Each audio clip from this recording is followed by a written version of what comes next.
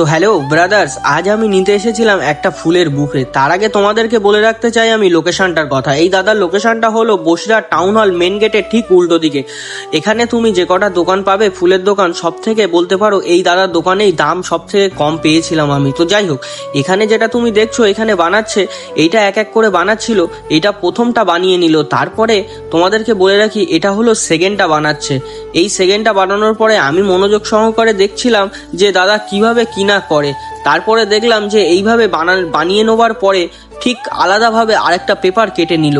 কেটে নেওয়ার পরে ওই পাশটা রেখে দিল। আর এখানে ফুলগুলো কাটিং হচ্ছিল, কারণ কেন জানো, কারণ এই যে হাতে যে তোড়াটা দেখছো এই তোড়ার মধ্যেই বুফেটা তৈরি করবে আর কি। তাই আমি দেখছিলাম মনোযোগ সহকার দিয়ে যে দেখতে কত সুন্দর লাগে। তো যাই হোক, এখানে যে ফুলের পাপড়িগুলো ছিল এই পাপড়িগুলো দেখতে খুব সুন্দরই লাগছিল, কারণ ফুলগুলো অন্য ফুলগুলোর থেকে অনেক বড়ই ছিল।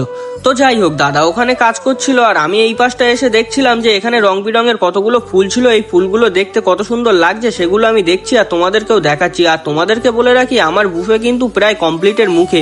এখানে দাদা পেপার টেপার লাগিয়ে পুরো কমপ্লিট করছে। তার আগে তোমাদেরকে আমি বলে রাখতে চাই, আমি তোমাদের যে বুফেটা দেখাবো কেমন হয়েছে তোমরা অবশ্যই আমাকে জানিও। এটা হলো বুফের ফাইনাল লুক, তোমরা বলো কেমন হয়েছে।